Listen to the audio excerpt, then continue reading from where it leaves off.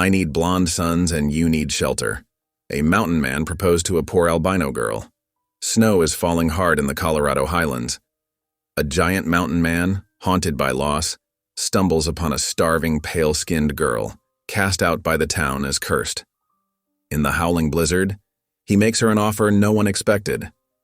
I need blonde sons, and you need shelter. At first, it seems like salvation.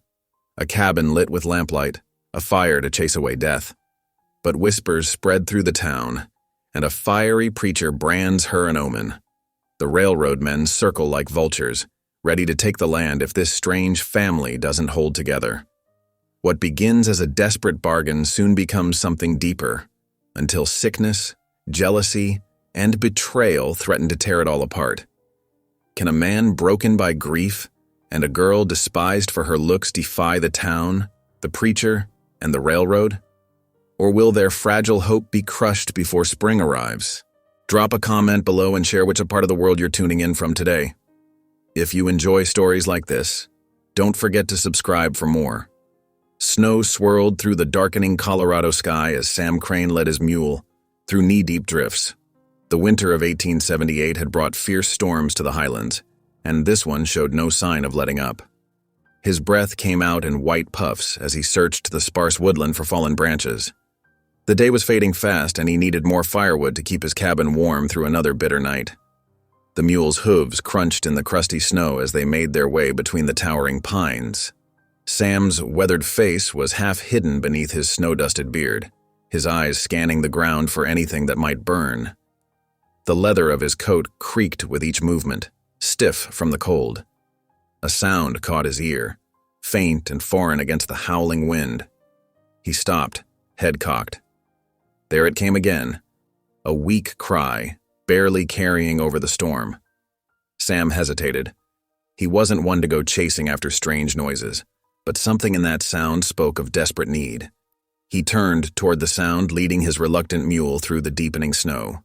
The cry led him toward the abandoned Morning Star mine, its weather-beaten buildings standing like dark ghosts against the white landscape. Most folks had cleared out months ago when the silver ran dry, leaving the camp to slowly rot away. The sound was clearer now, coming from one of the smaller shacks. Sam approached cautiously, his boots crunching in the snow. Through gaps in the warped boards, he caught a glimpse of movement inside. "Hello?" he called out gruffly. "Someone in there?" A weak whimper answered him. Sam pushed at the door, forcing it through the drifted snow. What he found inside made even his hardened heart catch. A young woman lay huddled in the corner, wrapped in filthy rags. Her skin was pale as milk, her hair so light it was nearly white. Her eyes, when they met his, were the color of winter sky.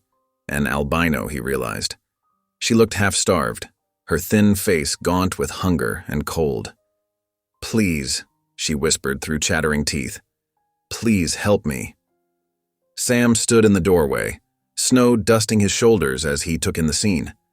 He recognized her now, Nicole May, daughter of Jake and Sarah, who died in that cave-in 3 months back.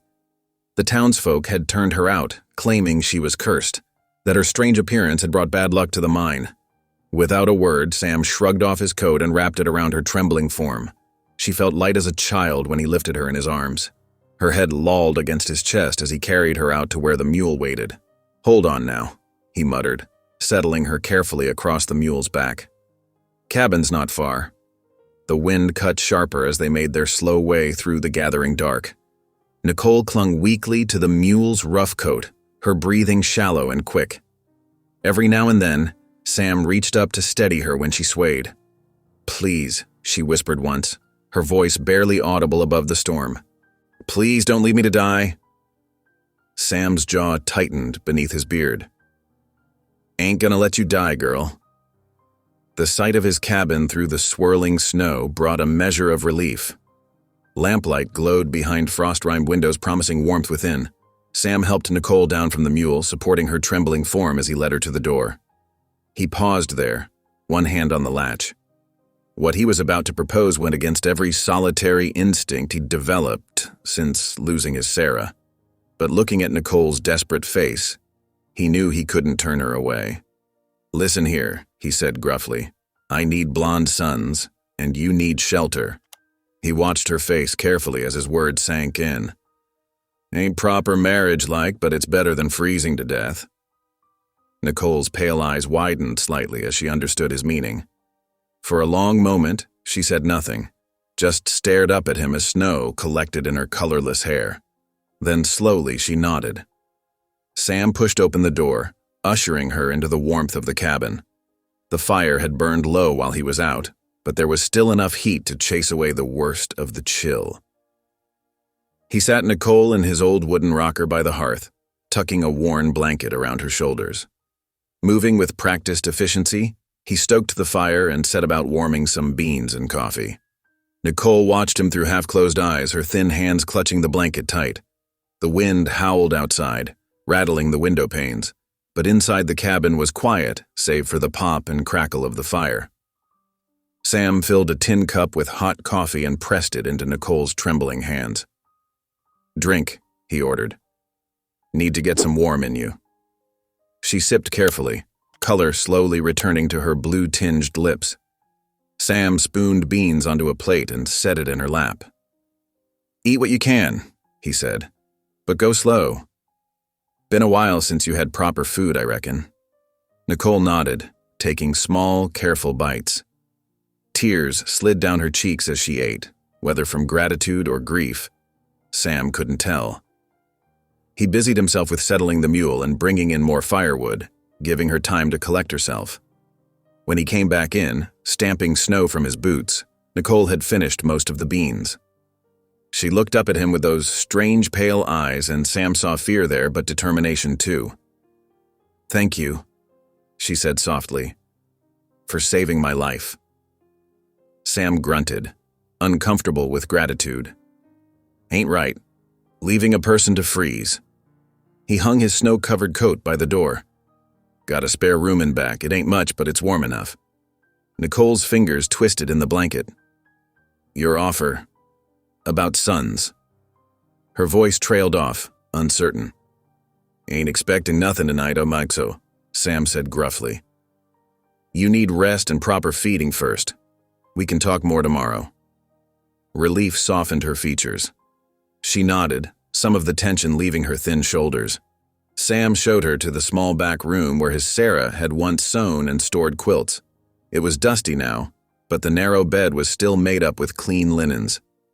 Sleep as long as you need, he told her. Ain't going nowhere in this storm, anyhow. Nicole sank onto the bed, still wrapped in the blanket from the rocker. Thank you, Mr. Crane, she whispered. Sam, he corrected. Just Sam. He paused in the doorway. Get some rest now. He closed the door softly behind him and returned to his chair by the fire. Outside, the storm raged on, but inside his cabin, something had changed. The lonely silence that had been his constant companion these past years had been broken by the presence of another soul. Sam stared into the flames, thinking about the strange turn his day had taken. He'd gone out looking for firewood and come back with a wife, or something like it. It wasn't proper, what he'd proposed, but proper didn't count for much against freezing to death. He thought about Nicole's pale face, about the courage it must have taken to trust a stranger when everyone else had turned their backs. Maybe there was something to be said for that kind of trust. Maybe it was worth more than proper. The fire crackled softly as Sam settled in for his watch. Tomorrow would bring its own challenges, but for tonight at least, they were both safe from the storm.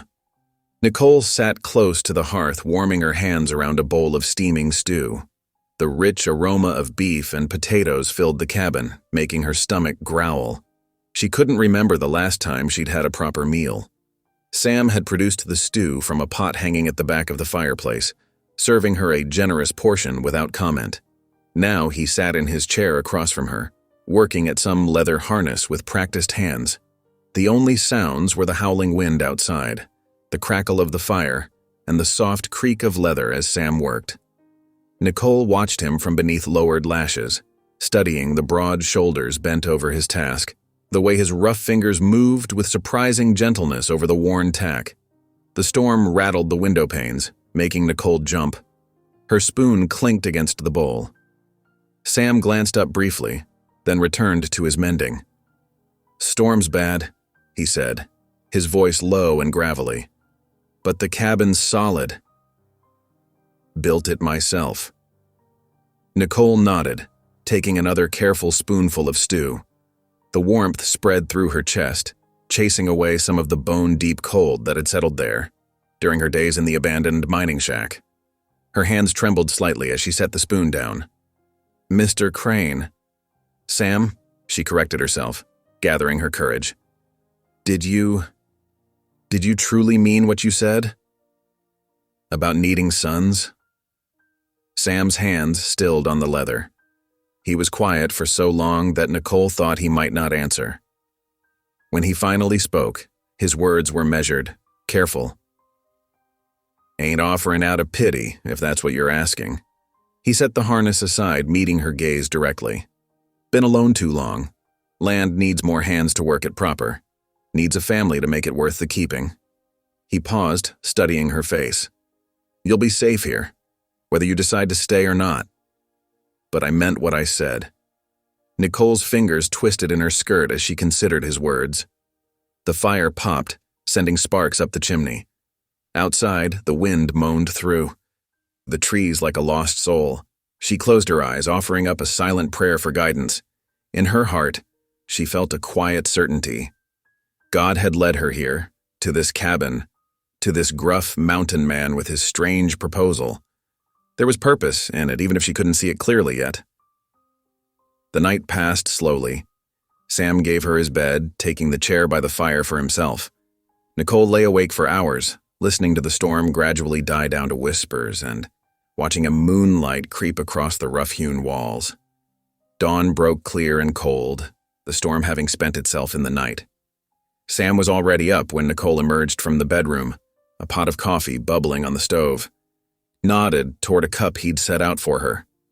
"Thought I'd show you around now the weather's cleared," he said as she sipped the strong brew. "Need to know what you're considering, if you're to stay." Nicole followed him outside, wrapping herself in the shawl he'd found for her. The world was transformed, buried under feet of fresh snow that sparkled in the morning light. Her breath frosted in the air as Sam led her across the yard to a small stone building. "Spring house," he explained, pushing open the heavy door. "Never runs dry, even in summer. Good cold storage, too." The interior was cool and dim, with shelves holding crocks of preserved food and a channel of clear water running through the center. From there, they walked to the lean-to barn where 2 horses and a milk cow dozed in their stalls. Chickens pecked at feed scattered in the yard, and she spotted a pig pen around back. Everything was simple but well-maintained, speaking of Sam's careful stewardship. Nicole stood in the yard, taking it all in. Smoke curled from the cabin's chimney against the brilliant blue sky. The small homestead wasn't much compared to some, but it was solid, productive. More than that, it represented something she'd never dared hope for, a chance at life, at belonging somewhere. The sound of horses approaching made her turn. A group of riders was passing on the trail that ran past Sam's property. Nicole recognized them as townsfolk, the general store owner and his wife, the blacksmith's son. They reined in when they spotted her, staring openly at her pale form standing in Sam's dooryard. Sam stepped up beside her, his presence large and solid. The riders moved on without speaking, but Nicole could see the looks they exchanged. By nightfall, she knew. Word would be all over the settlement about the giant widower taking in the ghost girl.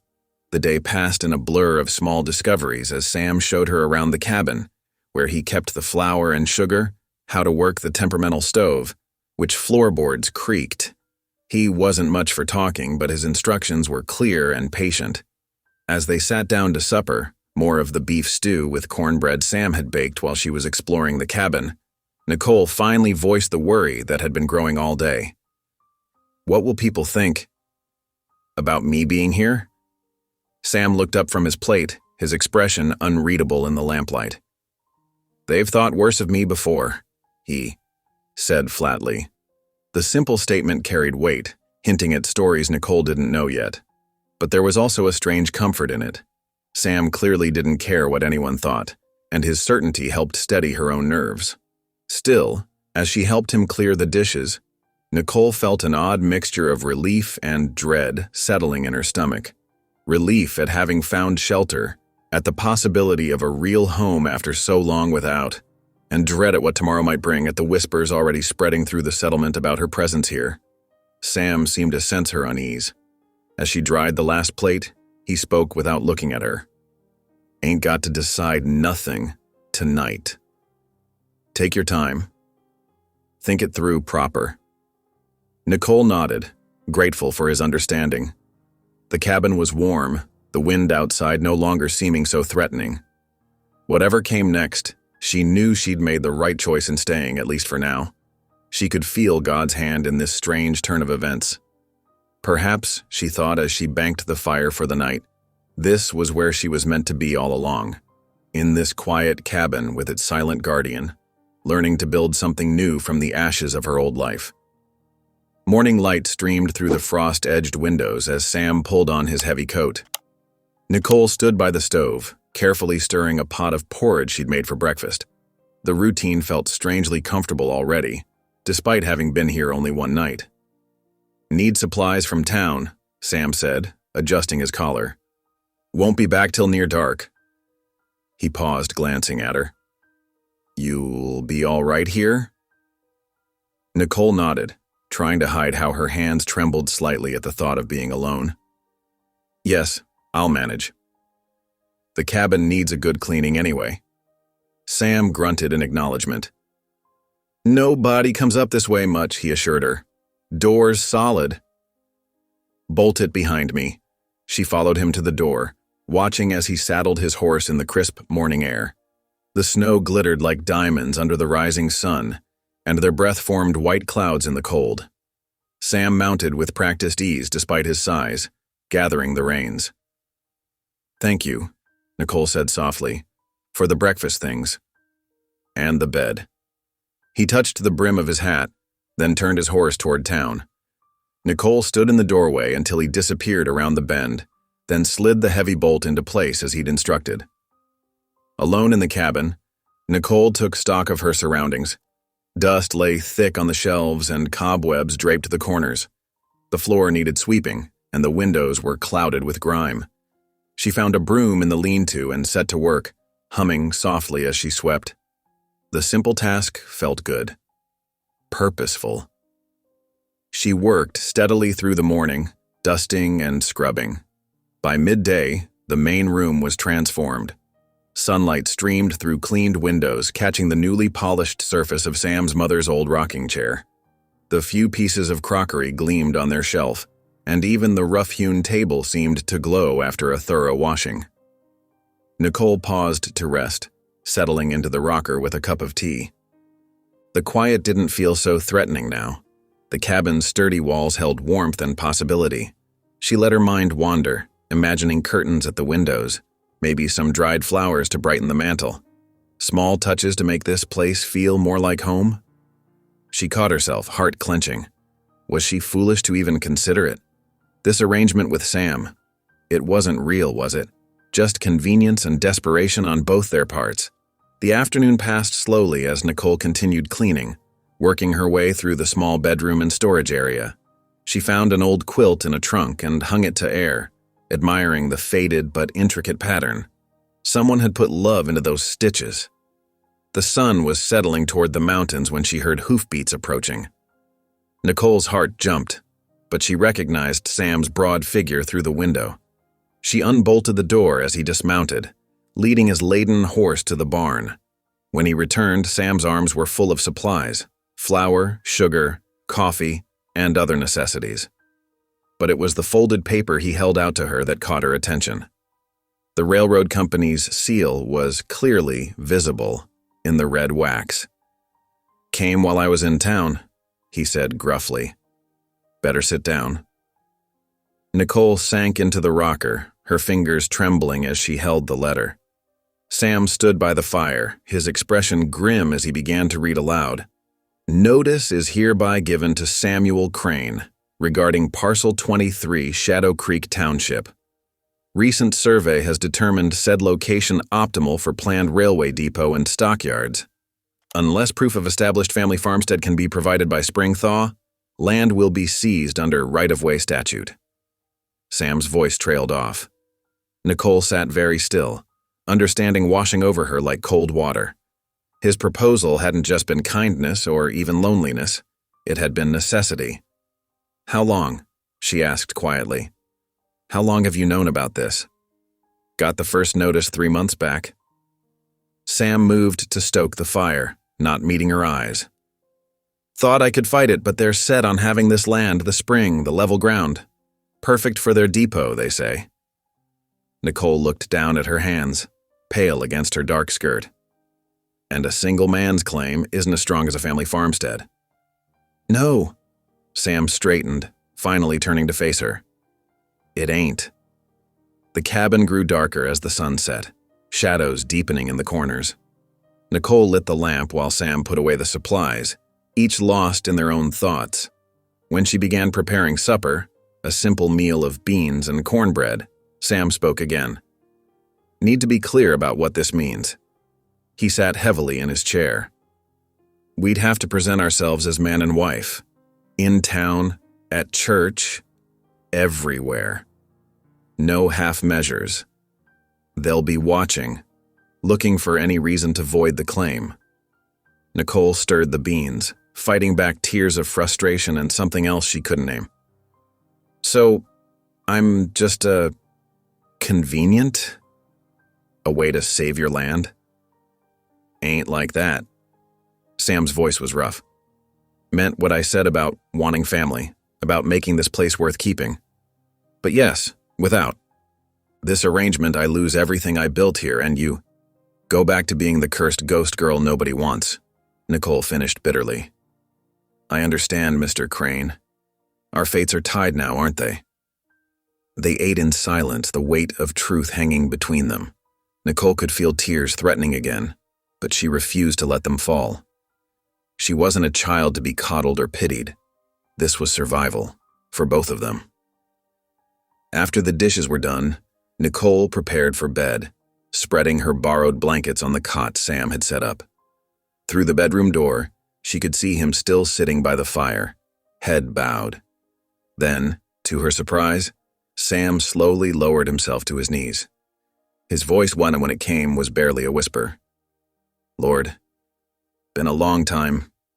Years, I reckon, since I talked to you proper." He paused, hands clasped awkwardly. "Don't know if you're listening anymore. Don't know if I deserve it. But, that girl in there? She needs your help. We both do." Nicole lay very still, listening to Sam's halting prayer. Each word seemed dragged from deep inside him, rough with disuse but sincere. Her own prayer rose silently to join his, for guidance, for strength, for some sign that this strange path was the right one. The fire crackled softly, and somewhere in the distance, a coyote called to its mate. Nicole pulled the blankets closer, watching shadows dance on the cabin walls. Tomorrow would bring what it brought. For tonight, at least, they were both sheltered from the cold. 2 days passed like water over stones, each hour bringing Nicole and Sam closer to an uneasy understanding. The morning dawned crisp and clear, frost painting delicate patterns on the cabin windows. Nicole stood before the clouded mirror, trying to make herself presentable for church. Her faded dress hung loose on her thin frame, patched in places but clean. She'd scrubbed it the day before, hoping to minimize the attention her appearance would draw. Sam waited by the door, dressed in his best shirt, still rough and weathered but proper enough for worship. His usual silence seemed heavier today, weighted with awareness of what they faced. "Ready?" he asked simply. Nicole nodded, wrapping her threadbare shawl tighter around her shoulders. The wool was thin, offering little protection against the mountain morning's bite. Sam noticed her shiver but said nothing, just held the door as she stepped out into the pale sunlight. They walked together down the main street of Shadow Creek, Sam's broad frame naturally positioning itself between Nicole and the curious stares from shop windows. His presence felt like a shield, solid and dependable. Nicole kept her eyes forward, but she could hear the whispers rising in their wake. That's her, the cursed one. Poor Thomas May's girl. What's Sam Crane thinking taking in such as her? The words stung, but Nicole lifted her chin. Let them talk. She was alive, wasn't she? God had seen fit to spare her when the mine collapsed, taking her parents. There had to be purpose in that survival. The church stood at the end of the street, its white-painted boards gleaming in the morning light. Nicole hesitated at the steps, memories washing over her. Her mother's gentle hand guiding her to their usual pew, her father's deep voice joining the hymns. Sam's hand touched her elbow briefly, steadying her. Inside, the familiar scent of beeswax and pine wrapped around them. The congregation turned almost as one, conversations dying as Nicole and Sam made their way to an empty pew near the back. Nicole felt the weight of every stare, heard the rustle of skirts as women drew away. Her pale skin seemed to glow in the shadows, marking her as different, other. Reverend Matthews stood at the pulpit, his lined face tightening at the sight of them. He had once courted Nicole's mother, years ago, before she chose Thomas May instead. That old pain still lingered in his eyes whenever he looked at Nicole, mixed now with something darker, fear, perhaps, or suspicion. The service began as always with familiar hymns and prayers. Nicole let the words wash over her, finding comfort in their rhythm. But halfway through his sermon, Reverend Matthews paused, his knuckles whitening on the pulpit's edge. "Brothers and sisters," he intoned, his voice carrying to every corner of the small church. "We must be vigilant. The Lord sends us signs, omens in our midst, warning us of evil's presence." Nicole's chest tightened. She felt Sam shift beside her, his shoulder pressing against hers in silent support. "Those marked as different," the Reverend continued, his gaze fixing on Nicole. "Those who survive when others perish. We must question why. Is it truly God's mercy? Or something more sinister?" Murmurs rippled through the congregation. Women clutched their children closer.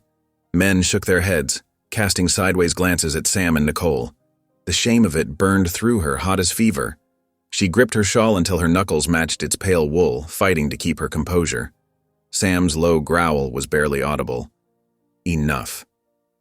The word carried no further than their pew, but Nicole felt its vibration through his frame. His jaw was set, eyes hard as he stared straight ahead. They endured the rest of the service in rigid silence. When the final hymn faded, Sam guided Nicole out before anyone could approach them, but instead of heading home, he turned toward the mercantile. Nicole looked up at him questioningly. "Need supplies," he said shortly. "And you need proper clothes." The bell above the door chimed as they entered. Mr. Peterson, the shopkeeper, straightened behind his counter. His wife emerged from the back room, then quickly disappeared again at the sight of them. "Sam," Peterson nodded cautiously. "What can I get you?" "Cloth," Sam said, moving to the fabric bolts. "Something sturdy, suitable for a dress." Nicole touched the nearest bolt of fabric, simple brown cotton, serviceable and plain. "Mr. Crane, you don't have to.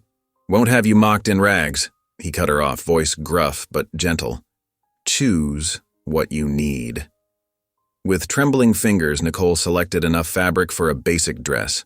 Sam added buttons, thread, and other necessities to their order. He paid without complaint, though Nicole saw him wince slightly at the final tally. The cost of dignity, it seemed, was not small. They left town as they'd arrived, Sam's presence deflecting the worst of the stares. He helped Nicole into the wagon, handling her as carefully as he might a bird with broken wings. The ride home was quiet, wheels creaking through fresh-fallen snow. "I'm sorry," Nicole whispered finally, clutching the wrapped package of fabric. "I fear I'll ruin you. Your reputation, your standing with the town." Sam's laugh was harsh and short. "Reputation?" He shook his head. Been the town monster since Sarah died. Worse things than Gossip Girl. The sun was setting by the time they reached the cabin, painting the snow in shades of rose and gold.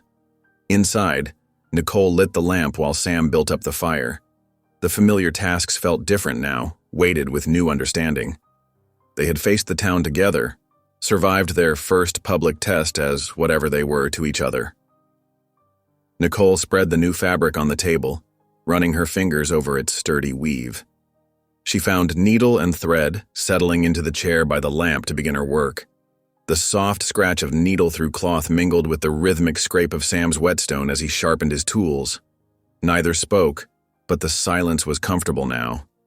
Each focused on their task. Nicole creating something new from raw cloth. Sam maintaining the tools that kept their small world functioning. Outside, snow began to fall again, soft and steady. The lamp cast warm circles of light around them, holding back the gathering dark. For the first time since that storm-racked night when Sam found her, Nicole felt something settle in her chest. This wasn't the life she'd imagined, certainly not the family she'd dreamed of.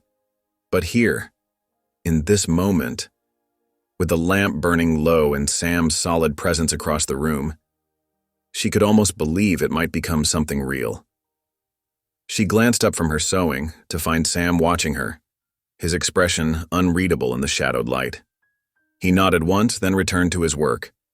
The whetstone song resumed, steady as a heartbeat, while Nicole's needle continued its patient journey through the cloth. Outside, the snow fell thicker, blanketing their small homestead in pristine white. Inside, two souls who had known too much loneliness began learning the rhythm of shared days, of quiet moments and unspoken understanding. Not love, perhaps, not yet, but something like peace. The days settled into rhythm at Sam Crane's homestead, each sunrise bringing new tasks for Nicole to master. She woke before dawn, determined to prove her worth beyond mere survival. The mule, a stubborn creature named Pete, became her first challenge. "He ain't fond of strangers," Sam warned, watching from the barn door as Nicole approached with a bucket of feed. "Took me near a month to earn his trust." Nicole moved slowly, speaking in soft tones. "Easy there, Pete. I've got your breakfast." The mule's ears flicked forward, nostrils flaring at the scent of oats. He stayed still as she poured the feed, then nickered softly when she dared to pat his neck. Sam's eyebrows rose. "Well now, reckon you've got away with him." Pride warmed Nicole's chest. It was a small victory, but each one mattered. She learned to sweep the barn clean, working around Pete's suspicious stares until he accepted her presence as natural as sunrise. In the cabin, Nicole discovered the art of frontier cooking. Her first attempts at biscuits came out hard as rocks, but Sam ate them without complaint. She studied the way he built fires, learning how different woods burned: pine for quick heat, oak for lasting coals. Soon she could keep the hearth burning steady all day, timing meals to Sam's return from working the land. One crisp morning, Sam paused while pulling on his boots. "Might show you something useful today," he said, motioning her to follow him to his workbench. Tools lay scattered across the scarred wood: awls, punches, and lengths of worn harness leather. "Tack needs mending regular," he explained, demonstrating how to punch clean holes and stitch the leather pieces together. "Strong seams keep a rider safe." Nicole watched intently as his big hands worked with surprising delicacy. When he handed her the awl, she tried to mirror his movements. The leather was stubborn, but she refused to give up until her stitches ran straight and true. "Not bad," Sam nodded, examining her work. "You've got patient hands?" They worked side by side, the quiet broken only by the creak of leather and the soft thud of tools. Nicole found peace in the repetitive task, in knowing each stitch made something stronger. Later that day, Sam taught her to stack firewood properly, log ends facing out, pieces crossed for stability. "Winter's long up here," he said, adjusting her technique. "Good woodpile means survival." The work was hard, but Nicole welcomed the ache in her muscles. Each skill mastered was another reason to keep her here, another thread binding her to this place. One evening, as darkness gathered early, Nicole lifted a heavy kettle from the fire. The handle shifted unexpectedly and scalding water splashed across her hand. She bit back a cry, but Sam heard her sharp intake of breath. He was beside her in 2 strides, taking the kettle and setting it aside. Without a word, he guided her to sit at the table. Nicole cradled her burned hand, fighting tears as the pain pulsed through her palm. "Let me see," Sam said, his gruff voice gentler than she'd ever heard it. His calloused fingers were surprisingly tender as he examined the angry red skin. He moved to the shelf where he kept medical supplies, returning with a clean cloth and a jar of salve. "Sarah taught me about burns," he said quietly, carefully wrapping her hand. "She was always patching up strays and helping folks who got hurt." Nicole held still, touched by this glimpse of his lost wife. "She sounds kind." She was. Sam's hands stilled for a moment. Too kind for this hard country. Maybe. When he finished binding her hand, neither moved away immediately. The moment stretched between them, full of unspoken understanding. At week's end, a visitor arrived, a Ute woman named Annaba, wrapped in a wool blanket against the mountain chill. Sam greeted her with respect, speaking a few halting words in her language. "Annaba trades good medicine," he explained to Nicole. "Knows more about healing than any doctor in town." The Ute woman's dark eyes studied Nicole with quiet intensity. "You are the pale one they speak of," she said in careful English.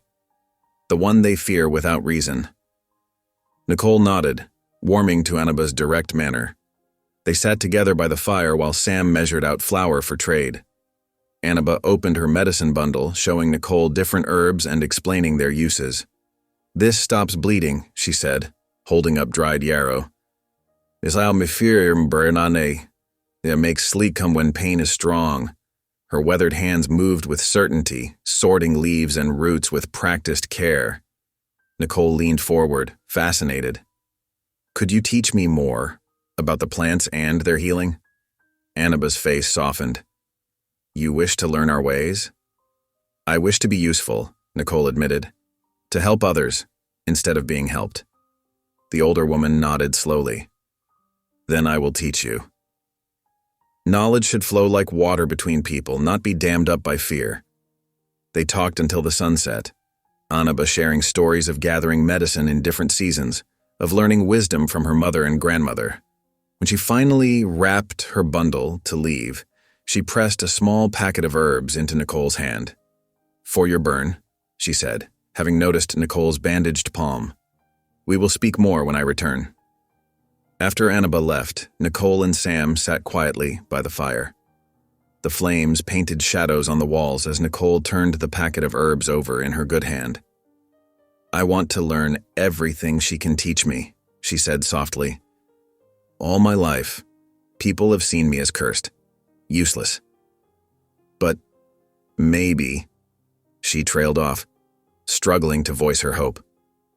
"Maybe God had a purpose in making you different," Sam finished, surprising her. He stared into the fire, his profile carved in light and shadow.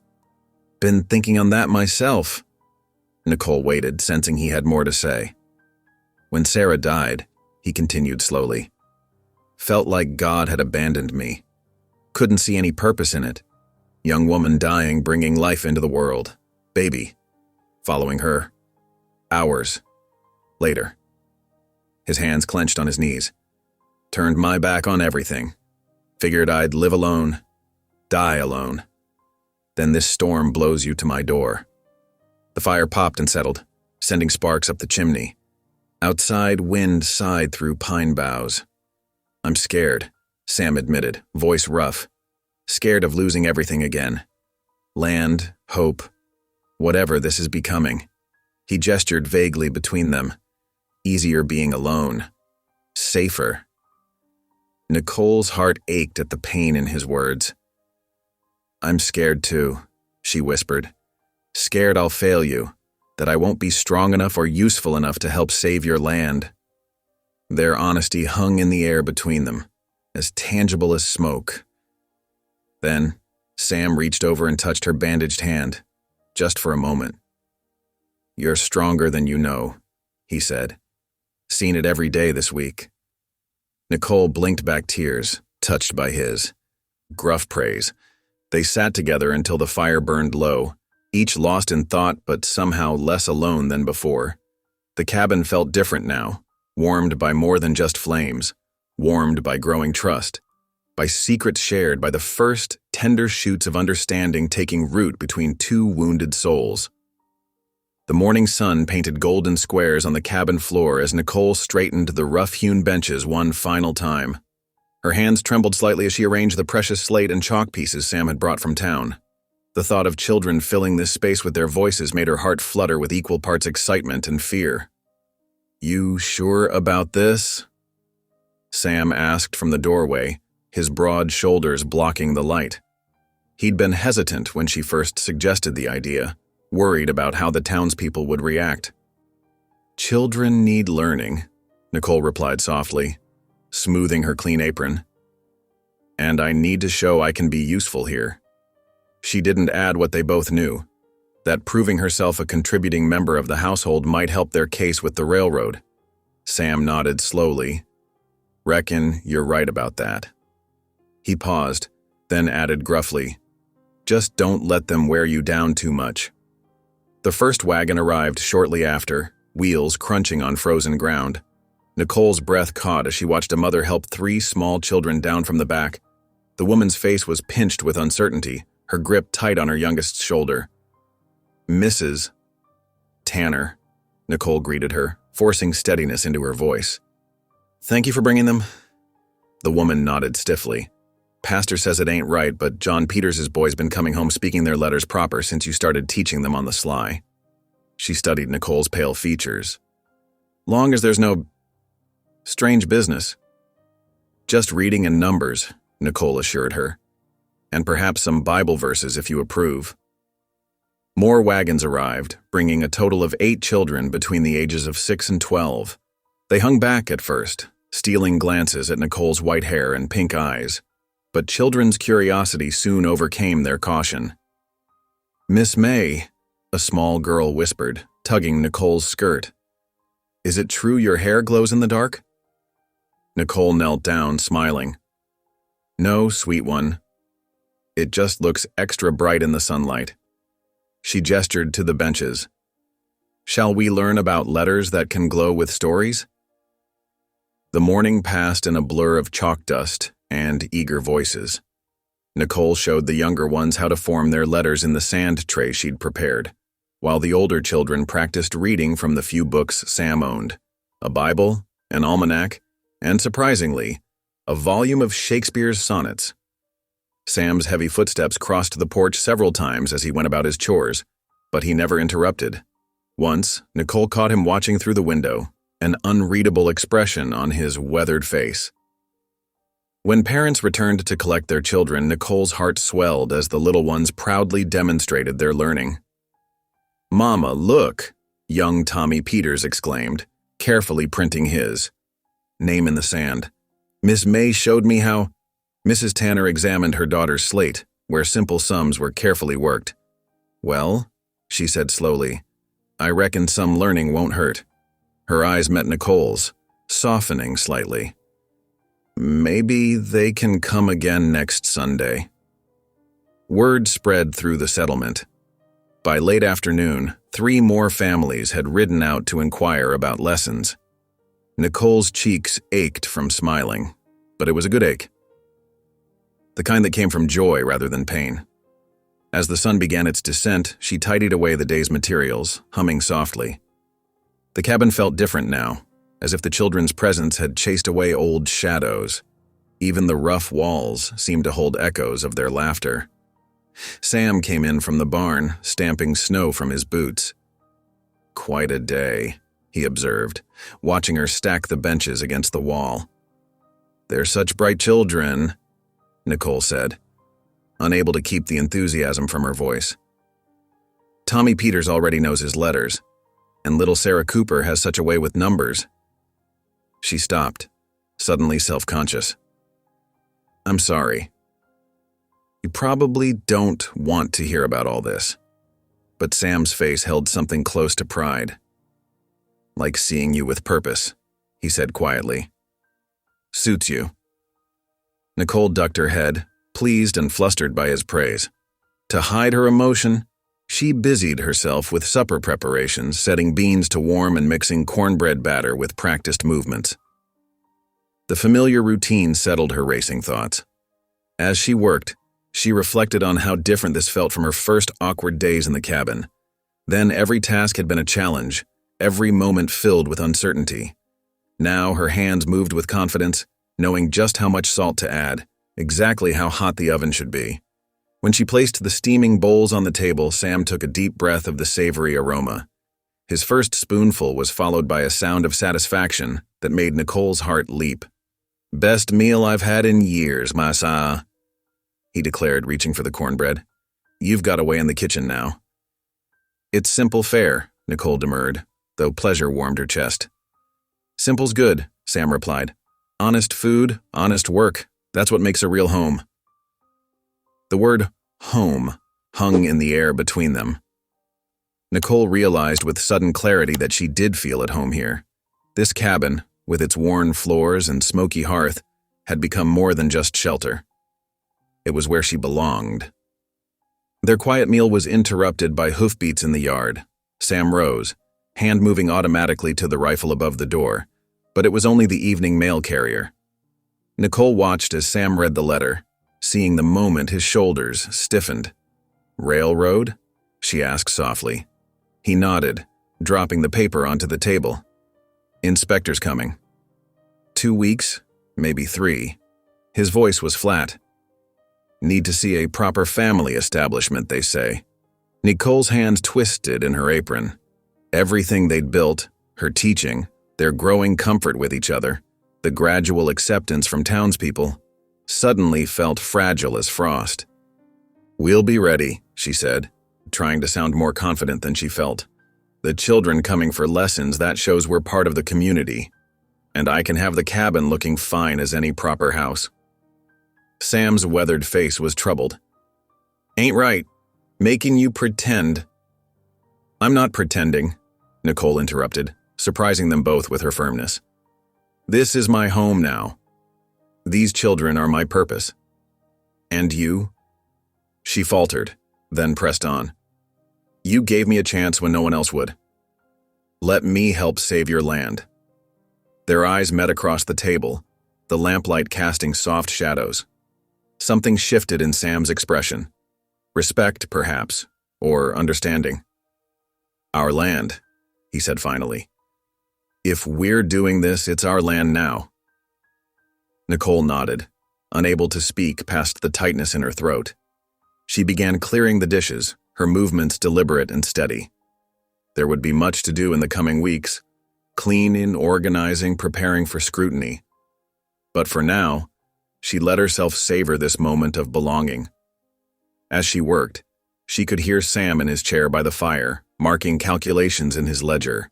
The familiar scratch of his pencil, the crackle of the hearth, the lingering scent of cornbread. These simple things wrapped around her like a warm shawl. Whatever the railroad's inspector might bring, she was no longer the frightened girl Sam had found in the snow. She was a teacher, a homemaker, a woman with purpose, and she would fight for this life they were building, one lesson, one meal, one day at a time. The evening settled around them like a soft blanket, full of unspoken understanding and shared resolve. Tomorrow would bring new challenges, but tonight, in this quiet moment, they were simply two people who had found something worth protecting. The March morning dawned bright and clear, winter's grip finally loosening its hold on the Colorado highlands. Patches of bare earth showed through melting snow, and the air carried hints of spring's promise. Nicole wrapped her shawl tightly around her shoulders as she watched Anaba approach the cabin, the Ute widow's steady stride familiar now after weeks of friendship. The earth wakes, Anaba said by way of greeting, gesturing to the emerging ground. Good time for gathering medicine. Nicole nodded eagerly. She had been waiting for this day when the snow would retreat enough to reveal the healing plants Anaba had described during her winter visits. Sam was already out with his mule team, hauling timber from the high slopes, and had given his gruff approval for Nicole to learn what he called women's wisdom. Anaba led the way along the southern slopes where snow melted first. Her movements were purposeful, each step placed with care as she searched the ground. "Here," she said, kneeling beside a cluster of small green shoots. "Early spring medicine. Good for chest sickness." Nicole knelt beside her, watching intently as Anaba demonstrated how to gather the tender leaves without damaging the roots. Her pale hands mimicked the older woman's movements, careful and reverent. "The land gives what we need," Anaba explained, her English clear but flavored, with the rhythms of her native tongue. "We must give thanks, take only what is needed." They worked their way along the hillside, Anaba teaching Nicole to identify different plants and their uses. Some were for tea to ease breathing, others to be crushed into poultices for wounds or aches. Each plant had its story, its purpose, its proper way of gathering. "Your hands are gentle," Anaba observed as Nicole carefully wrapped their gathered herbs in the clean cloth. "Good for healing work." Nicole felt warmth spread through her chest at the praise. Here was something she could do, something useful that didn't depend on her unusual appearance. "Will you teach me how to prepare them?" she asked. Anaba's dark eyes crinkled with approval. "Yes, come, we will make medicine." They returned to the cabin as the sun climbed higher. In the kitchen, Anaba showed Nicole how to dry some herbs and brew others into strong-smelling teas. The cabin filled with the sharp green scent of healing plants as they worked. "Remember," Anaba said, watching Nicole strain a dark liquid into bottles, "medicine is not just in the plants. It is in the caring hands, the good heart. You have both." From outside came the familiar sound of Sam's mule team approaching. Nicole glanced out the window to see him leading the loaded wagon, his broad shoulders squared against the weight of the timber he'd been hauling since dawn. "He is a good man," Anaba said quietly, following Nicole's gaze. "Strong like mountain, but gentle like spring snow." Nicole felt her cheeks warm. "He saved my life," she said, simply. "And you save his home," Anaba replied. "Equal trade, good balance." Before Nicole could respond, a wagon rattled into the yard. It was the Coopers from town, their young son Willie bundled up against his mother's chest. "Miss May?" Mrs. Cooper called out, her voice tight with worry. "Someone said you might know about healing herbs." Nicole exchanged glances with Anaba, who nodded encouragingly. Together, they went out to meet the visitors. Willie's cough was harsh and wet, his small face flushed with fever. Mrs. Cooper explained they'd tried everything they knew, but nothing seemed to help. Nicole recognized the symptoms from Anaba's teachings just that morning. "I can make a tea," she offered, her voice steady despite her racing heart. "And a poultice for his chest, if you'll allow it." Mrs. Cooper hesitated, glancing between Nicole's pale features and Anaba's calm presence. Finally, she nodded. Inside, Nicole worked under Anaba's watchful eye, brewing the tea they'd prepared earlier and mixing a warm poultice with fresh herbs.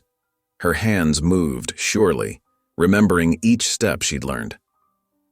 Sam paused in the doorway, watching silently before returning to unload his timber.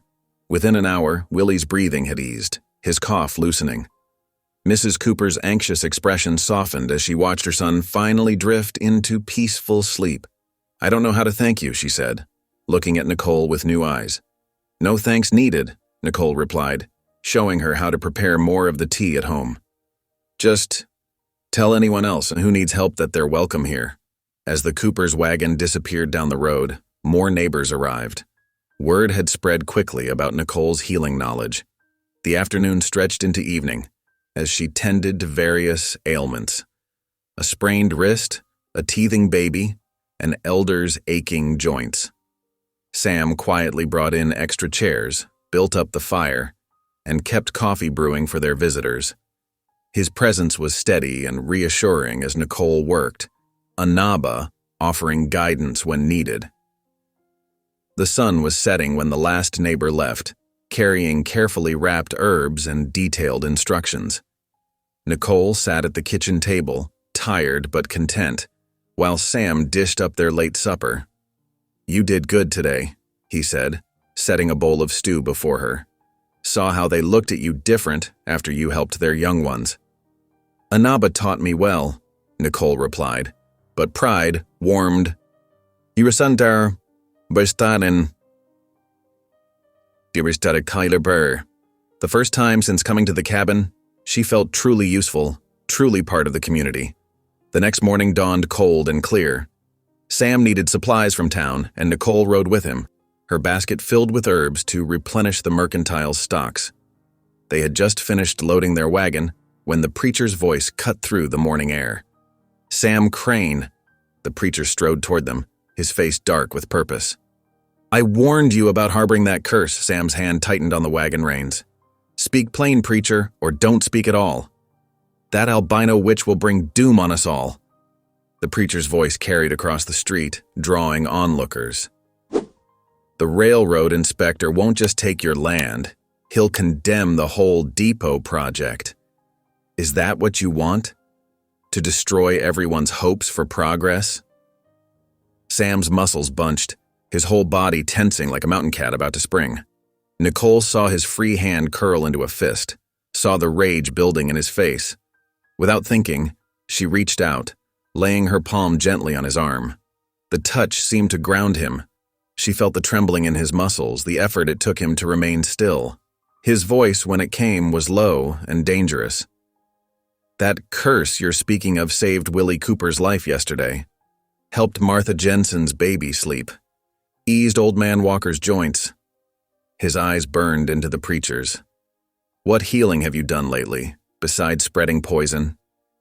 The preacher stepped back, but his face remained hard. "Mark my words, Crane. No good will come of this ungodly arrangement." Sam's arm flexed under Nicole's hand, but he didn't move. The preacher turned and stalked away, leaving whispers in his wake. Some faces in the crowd showed sympathy, others fear, but Nicole noticed a few women clutching herb packets to their chests standing their ground. The ride home was tense and quiet.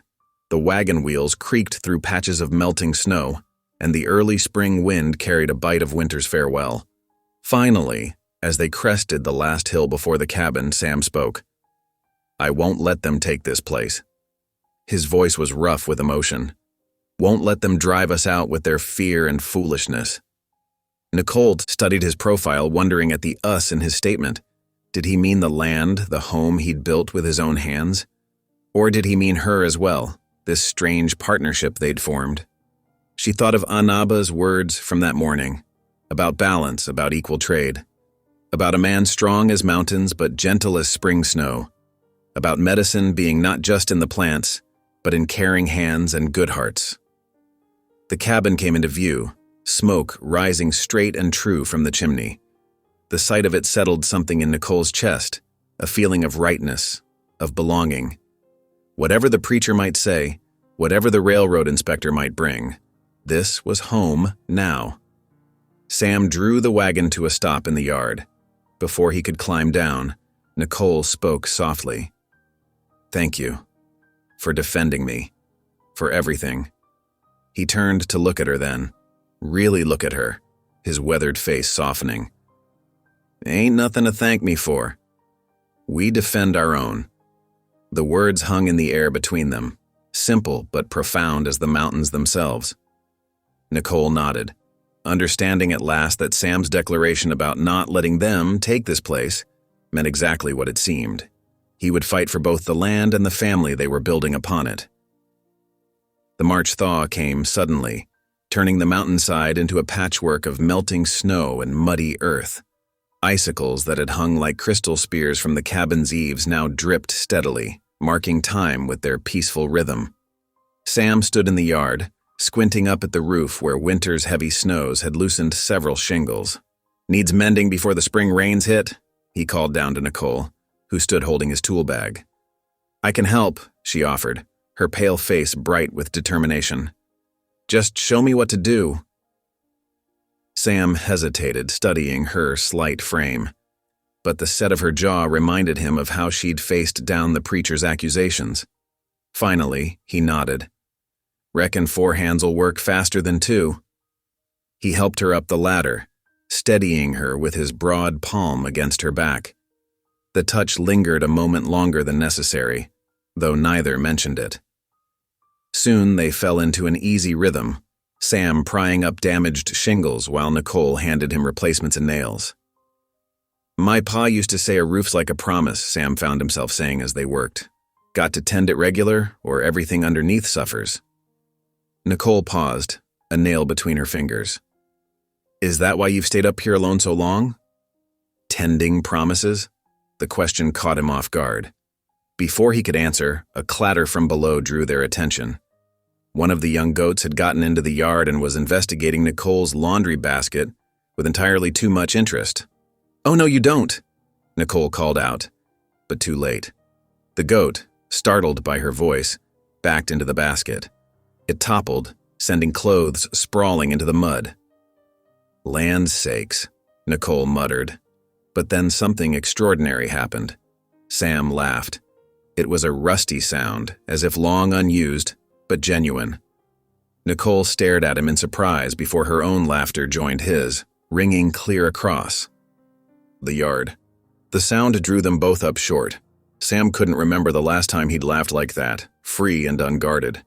From Nicole's expression, she felt the same way. They spent the rest of the morning repairing storm damage around the property.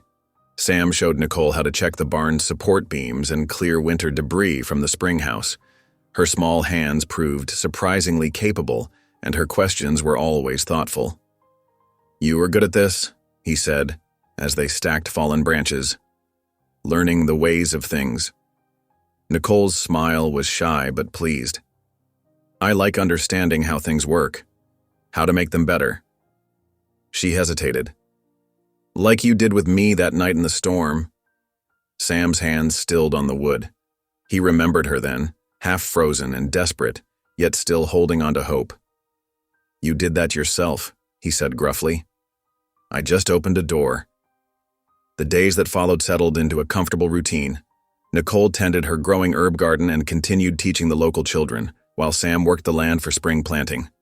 Their evenings grew longer, filled with quiet conversation and shared tasks. One night, Nicole set a fragrant stew on the table, steam rising from the bowls. Sam settled into his chair, then surprised them both by reaching for her hand before grace. Her fingers were small and cool in his callous palm. "Thank you, Lord," he said, his voice rough with emotion he couldn't quite name. "For this food, this home, and—" He squeezed her hand gently. "For second chances." Nicole's answering pressure was light but sure. When Sam opened his eyes, he found her watching him with a warmth that made his chest tight. The peaceful moment shattered the next afternoon.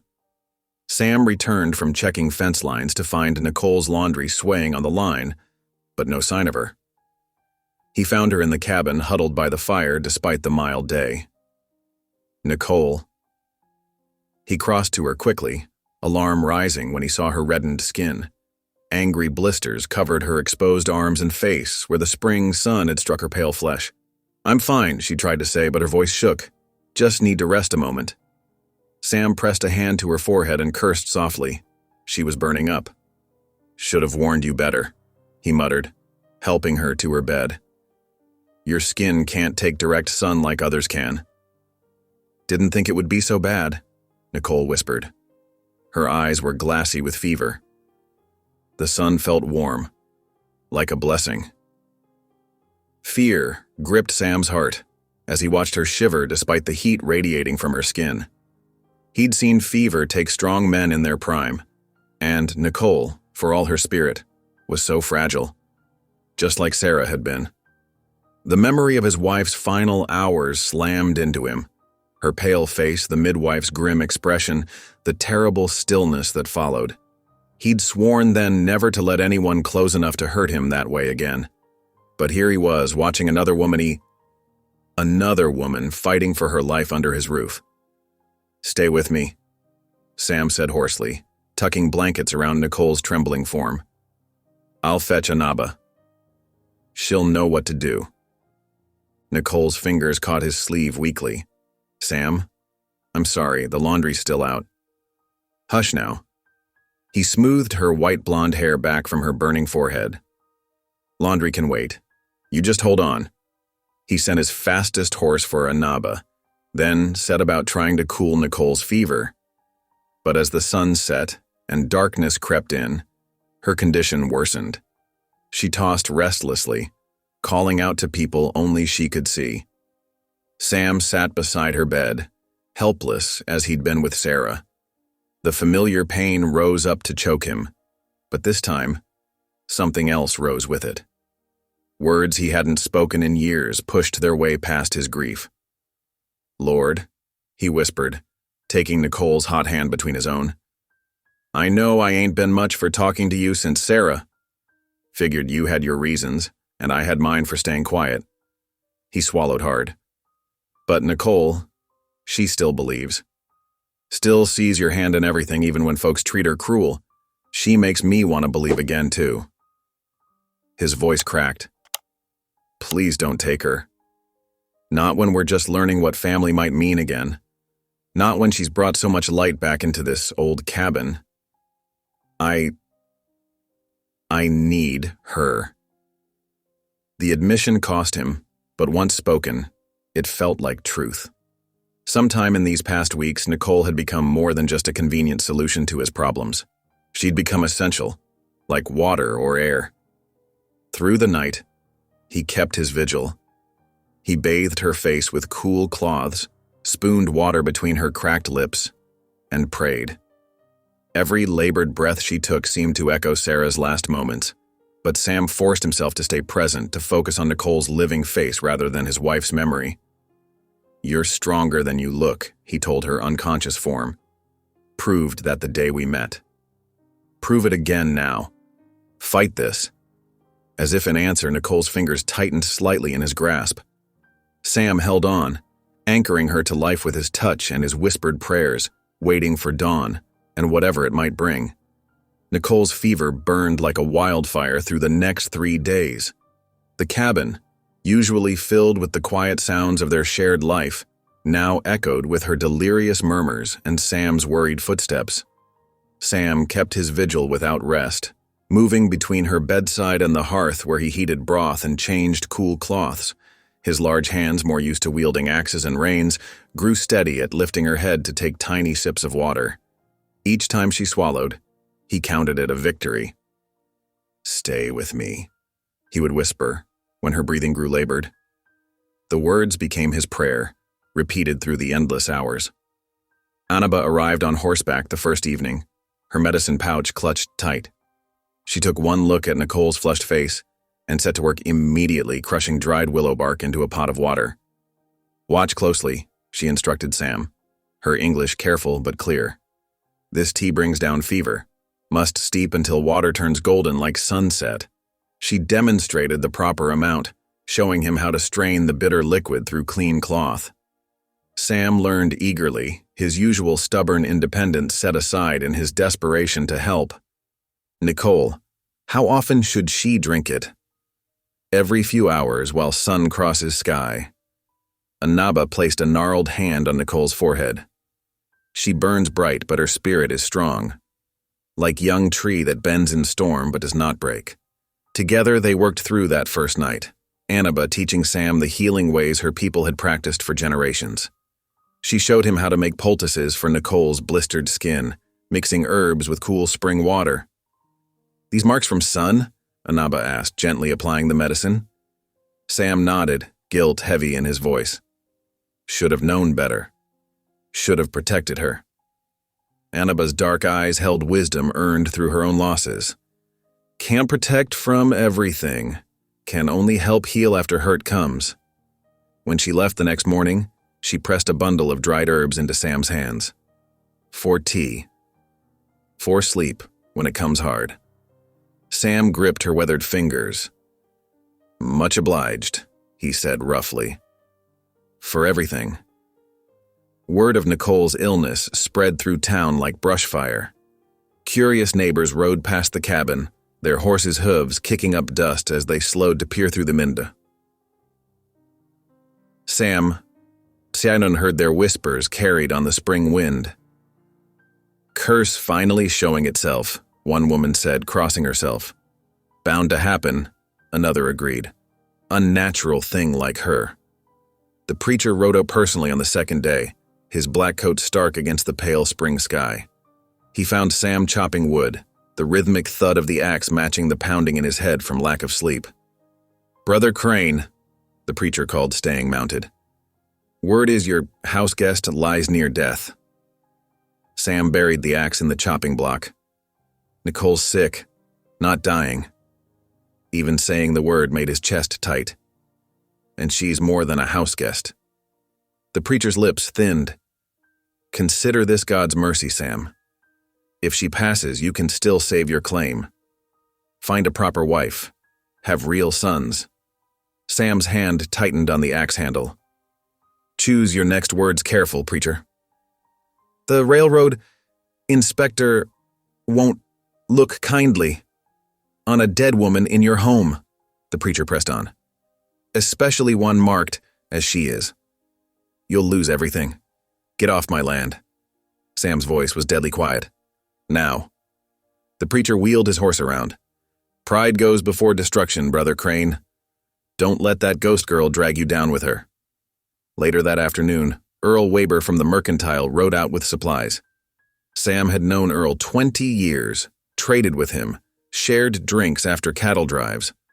But when Earl suggested they make arrangements in case Nicole didn't recover, something in Sam snapped. He grabbed Earl's shirt front, pushing him against the barn wall. "You listening to that preacher's poison, too?" "Sam, be reasonable," Earl sputtered. "Girl's barely alive. Town's talking about curses. Railroad's coming. Maybe best to what?" Sam's voice rose to a roar. "Cast her out? Leave her to die like they did before? Like you all stood by and watched?" "Sam, she's mine to protect now," Sam growled.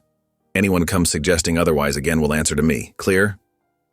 Earl nodded, quickly, scrambling back to his wagon when Sam released him. The dust from his hasty departure had barely settled when Sam heard Nicole calling weakly from inside. He rushed to her bedside, heart pounding. Her eyes were still glazed with fever, but she seemed to see him this time. "Water," she whispered. Sam's hands shook as he helped her sip from a tin cup. "Easy now. Not too fast." Heard shouting. "Just telling folks to mind their own business." He smoothed her sweat-dampened hair back. "Don't worry about anything but getting strong again." She drifted back to sleep, her breathing still labored but steadier than before. Sam sat beside her through another long night, watching the moon's slow journey across the sky through the window. He thought about the preacher's words, about losing his claim. The land had been his life's work, every acre bought with sweat and determination. He'd thought having Nicole here would secure it, give him the family the railroad demanded to see. But somewhere in these past weeks, the land had become secondary to the quiet joy of sharing meals across his table, to the sound of children's voices learning letters in his front room, to Nicole's gentle presence making his house a home again. Dawn crept in on the fourth day, painting the cabin walls gold. Sam had dozed off in his chair when a soft touch on his arm startled him awake. Nicole's eyes were clear, her fever finally broken. She looked fragile as spun glass against the pillows, but alive. Blessedly, wonderfully alive. "Sam?" Her voice was barely a whisper. "How long?" 3 days. His own voice cracked. "Thought I was losing you." "I heard you," she said. "Praying. Talking to me." The emotion Sam had been holding back for days overwhelmed him. He slid from his chair to his knees beside her bed, taking her thin hand in his. "Thought I needed this place," he said hoarsely. "Thought I needed sons to prove something to the railroad, to myself. But I was wrong." He pressed his forehead to their joined hands. "I need you, Nicole. More than land or sons or anything else. Don't know when it happened, but there it is." Tears slipped down Nicole's pale cheeks. "I need you too," she whispered. "Have since you found me in that storm. Not just for a shelter or safety, for you." Sam felt wetness on his own face as years of locked-away feelings broke free. "When Sarah died, thought I'd never let myself care for anyone again. Too risky, too painful." He lifted his head to meet her eyes. "But you slipped past all my walls, made me remember what it means to have family." Nicole's free hand touched his cheek. "We can be each other's family now, for real, not just for the railroad's sake." Sam turned his face into her palm, let himself feel the comfort of her touch. Outside, morning birds began their songs, welcoming another spring day. But inside the cabin, time seemed to pause as two lonely souls finally found their way home to each other. Spring crept into the Colorado highlands like a shy child, hesitant and unsure. The pristine white snow transformed into patches of brown slush, and the earth exhaled its winter. Sleep in waves of mud and meltwater, the changing season brought fresh hope to the small cabin where Nicole May sat wrapped in a quilt by the window, watching new grass push through winter's remnants.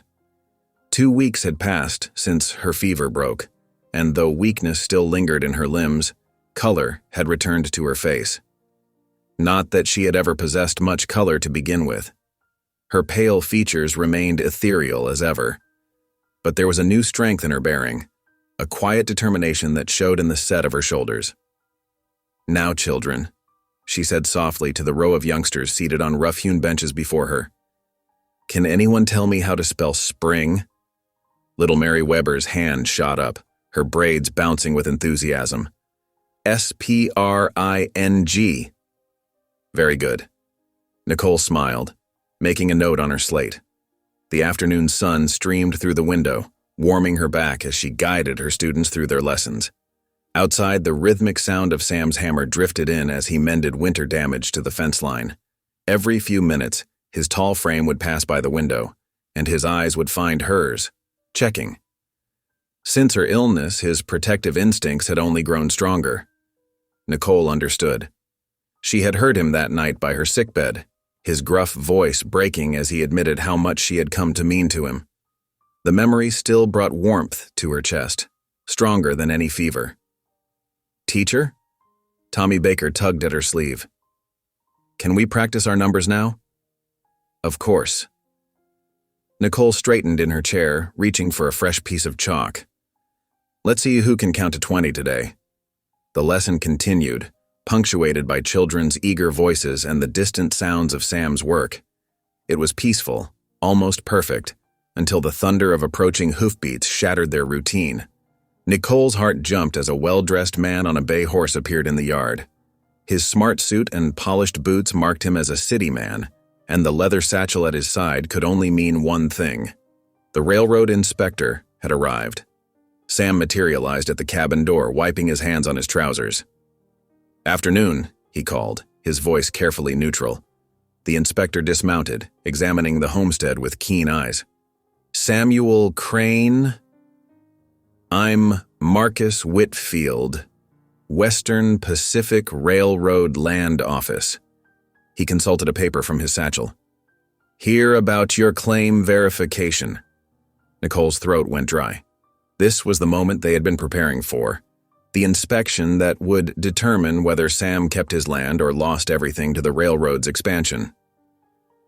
"Children," she said softly, "please continue with your sums while I speak with our visitor." She rose carefully, smoothing her simple dress. Sam had insisted on buying her 3 new ones after her illness, declaring she needed proper clothes for teaching. Now she was grateful for their modest dignity as she stepped onto the porch. "This is Miss Nicole May," Sam introduced her, his hand finding the small of her back. "She keeps our home and teaches the local children." Whitfield's eyebrows rose slightly at her appearance, but his professional manner never wavered. "A pleasure, Miss May. I see you run a school here?" "Yes, sir." Nicole gestured to the interior where the children worked diligently. 3 days a week, weather permitting. We have 8 regular students now." "Interesting." Whitfield made notes in a small book. "And you manage the household as well?" "She does," Sam answered before Nicole could speak. "Keeps everything running smooth as clockwork." The inspector walked the property methodically, noting the well-maintained barn, the healthy livestock, the neat woodpile. He asked pointed questions about crop rotation, water rights, and future plans. Nicole answered what she could, her knowledge of the homestead growing with each passing day. The children's presence proved unexpectedly helpful. As Whitfield examined the cabin's interior, Tommy Baker ran up to Nicole with his slate. "Teacher! I did all 20 numbers right." His face beamed with pride. "Well done, Tommy." Nicole bent to examine his work, aware of the inspector watching their interaction. "Teacher helps us every week," Mary Weber piped up from her bench. "Even when she was sick, she made Pa promise to bring us our lessons." Whitfield's pen scratched across his notebook. "Admirable dedication, Miss May." By the time the inspector mounted his horse to leave, the sun was lowering toward the mountains. "You'll have my report within the week," he told Sam. "But I must say you've built something quite remarkable here, Mr. Crane. The railroad values stable family settlements." They watched him right away, Nicole's heart pounding with cautious hope. Sam's arm slipped around her waist, solid and warm. "You did well," he murmured. "We did well," she corrected softly. That evening, after the children had gone home and supper dishes were cleared, they sat together by the fire. The quiet triumph of the day settled around them like a comfortable blanket. Sam mended harness while Nicole darned socks, their shared contentment needing no words. But their peace proved short-lived. The next morning, Sam rode into town for supplies, returning early with a thunderous expression that made Nicole's stomach clench. "What happened?" she asked as he strode into the cabin. "Preacher's stirring up trouble." Sam's jaw worked as he paced the small room. "Called a town meeting about the depot. Claiming your presence here will poison the whole project." Nicole sank into a chair, her legs suddenly weak. "What did he say?" "That no God-fearing town can prosper with." Sam's face darkened further. "With a cursed woman in its midst. Says the railroad will abandon the depot plan if they learn about you, that the whole town will suffer." Tears burned behind Nicole's eyes. "But the inspector seemed satisfied yesterday." "Doesn't matter to them." Sam's fist crashed against the table. "Preacher's got them scared. Wants them to petition the railroad, demand they reject my claim. Because of me." Nicole's voice broke. "I'm ruining everything for you, just like they said I would." The tears spilled over, tracking down her pale cheeks. "All your work, your land." "Stop." Sam crossed the room in 2 strides, pulling her into his arms. "Don't you say that. Don't you even think it? But the depot would bring so much to the town. Jobs, growth, everything they've wanted." Nicole pressed her face into his shirt. "How can I let you lose it all because of me?" "Listen to me." Sam's voice rumbled in his chest against her ear. "I lived 15 years on this land alone. Worked it, built it, thought it was everything I needed." His hand stroked her hair gently. "Then I found you in that storm, and you brought life back to this place. Made it a home again." He tilted her chin up, making her meet his eyes. "The depot don't mean nothing if I lose you. Let them build it somewhere else, let them talk their poison. You're my family now, Nicole May, and I don't aim to let anyone change that." Fresh tears fell, but these were different. Tears of belonging, of finally finding her place in the world. Sam held her close, murmuring quiet comfort as the afternoon light slanted through the windows. Outside, spring continued its slow transformation of the land. New leaves unfurled on the aspens, and the first mountain wildflowers pushed through melting snow. Changes were coming, ready or not, but in that moment, wrapped in Sam's strong arms, Nicole knew they would face them together. The mountain night pressed dark against the cabin windows. Nicole stirred the fire, adding another log while Sam cleaned his rifle at the table. 2 days had passed since the inspector's visit, and tension hung thick in the air like storm clouds gathering. The first pounding on the door made them both jump. "Crane! Get out here!" The preacher's voice cracked through the evening quiet. "This ends tonight." Sam rose slowly, rifle in hand. Nicole's heart hammered against her ribs as more voices joined the first, angry murmurs swelling outside their door. Through gaps in the window shutters, she glimpsed the flicker of torches. "Stay back from the windows," Sam ordered quietly, moving to bar the door with a heavy beam of wood. The pounding came again, harder this time. "We know she's in there, Crane," another voice called out. "That cursed girl's got to go for the good of the town." Nicole pressed herself against the wall beside the fireplace, trembling. She counted at least 6 different voices, maybe more. The mob had grown bold in darkness. Sam Crane. The preacher's voice rose above the others. "Don't make this harder than it needs to be. Send her out, and we'll see she gets somewhere safe. Far from here, where she can't bring misfortune on decent folk." Sam's jaw clenched as he positioned himself between the door and Nicole. "Ain't nobody coming in this house uninvited," he called back, his voice steady but dangerous. A rock crashed through one of the window panes, sending glass tinkling across the floor. Nicole flinched at the sound, but Sam didn't move, his rifle trained on the door. "Think about what you're risking," the preacher shouted. "The depot could make this town prosper." "Bring jobs, growth, civilization itself. Are you willing to sacrifice all that for one cursed girl?" Nicole's chest tightened with each word. Everything the preacher said was true. She was standing in the way of the town's future, of Sam's future. The weight of it pressed down on her until she could hardly breathe. "Sam," she whispered, stepping forward on shaking legs. Maybe they're right." He turned his head sharply toward her, eyes glinting in the firelight. "Don't." "I could go," she pressed on, voice quavering. "Find somewhere else, somewhere I won't cause trouble. You could keep your land, the town could have its depot." "No." The word came out like a growl. Another rock hit the cabin wall outside. "Last chance, Crane," someone yelled. "Send her out or we're coming in." Nicole moved closer to Sam, touching his arm gently. "Please, I can't bear to be the reason you lose everything. Let me. She's my wife." Sam's roar cut through the night like thunder, silencing the mob outside. "You hear me? She's my wife. And this is her home. Any man who wants to touch her answers to me." The silence that followed was absolute. Nicole stared at Sam, her heart stuttering in her chest. He had never called her his wife before, not like that. Not with such fierce conviction that it seemed to vibrate in the very air.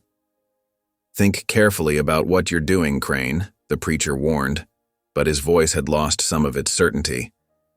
"The Lord doesn't look kindly on those who harbor." "The Lord?" Sam's laugh was harsh. "The Lord led her to my door that night, through ice and snow. The Lord gave her strength to survive what you all did to her. And if you think He wants you threatening a defenseless woman with torches and rocks, you're reading from a different Bible than I know." Nicole watched as his words landed among the crowd. There was shuffling, muttering, the sound of feet stepping back. "My wife," Sam repeated. Softer now, but no less firm. "Under my protection. In our home. Any man who has a problem with that can face me in the daylight, one at a time. But tonight you're going to go home and think about what kind of men throw rocks at a woman who's done nothing but teach your children and tend your sick." The silence stretched longer this time. Then came the sound of retreating footsteps, one pair at first, then another. And the torchlights began to move away from the cabin, taking the angry voices with them. "This isn't over, Crane," the preacher called, but even his threat sounded hollow now. "Yes," Sam answered quietly. "It is." They stood motionless until the last footsteps faded into the night. Only then did Sam lower his rifle, though he kept it close as he moved to check the windows. Nicole hadn't realized she was shaking until her legs nearly gave out. She sank into a chair by the cold supper they'd abandoned earlier. "You didn't have to do that," she whispered.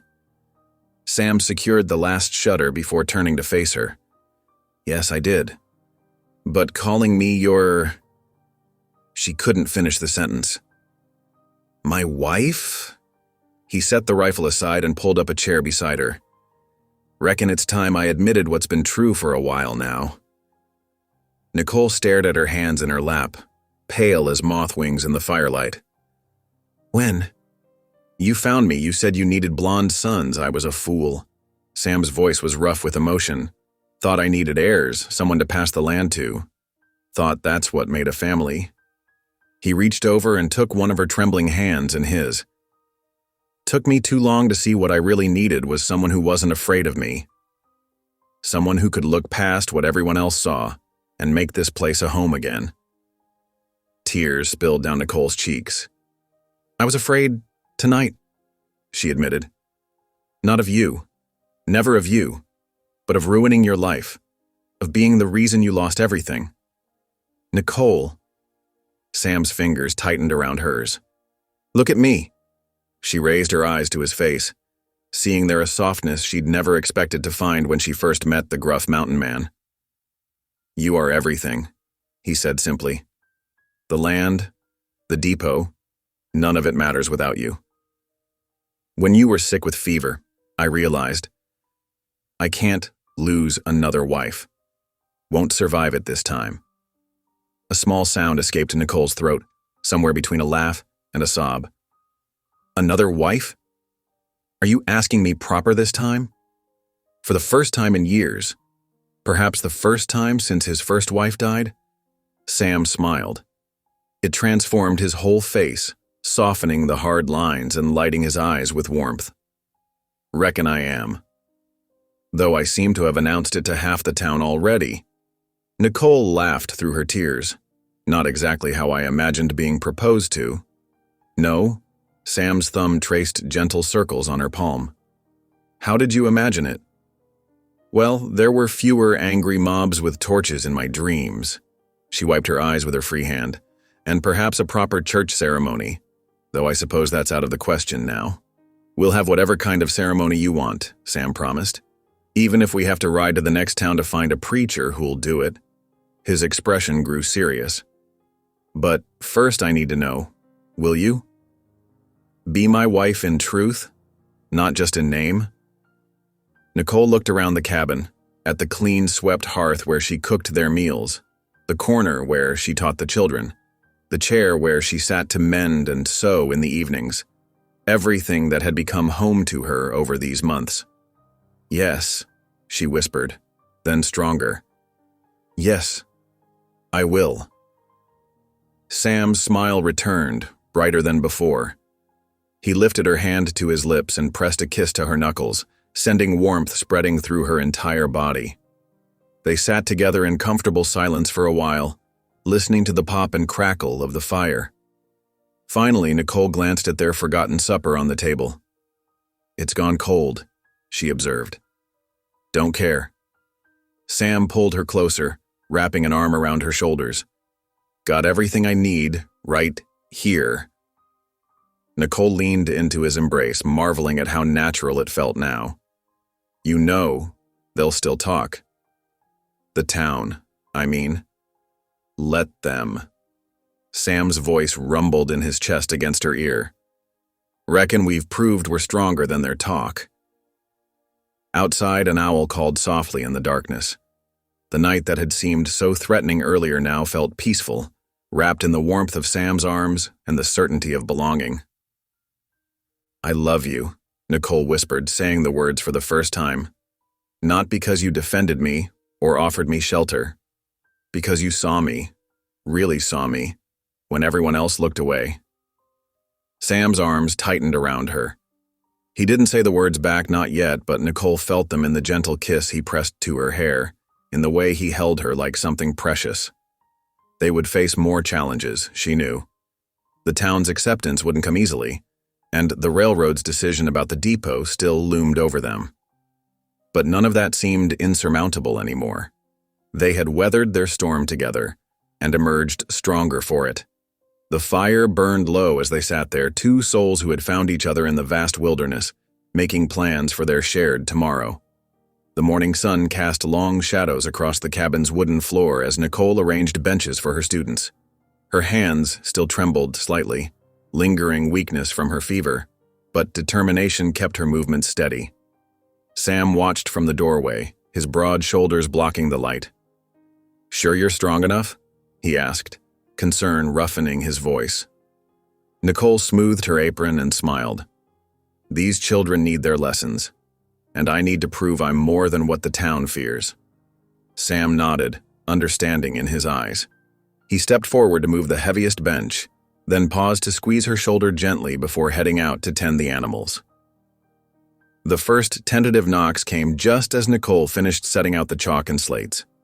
She opened the door to find Mary Thompson, the miller's youngest, clutching a handful of wild violets. "Teacher," the little girl whispered, holding out the flowers. "Mama said we could bring these to welcome you back." Nicole's throat tightened as she accepted the small bouquet. "Thank you, Mary."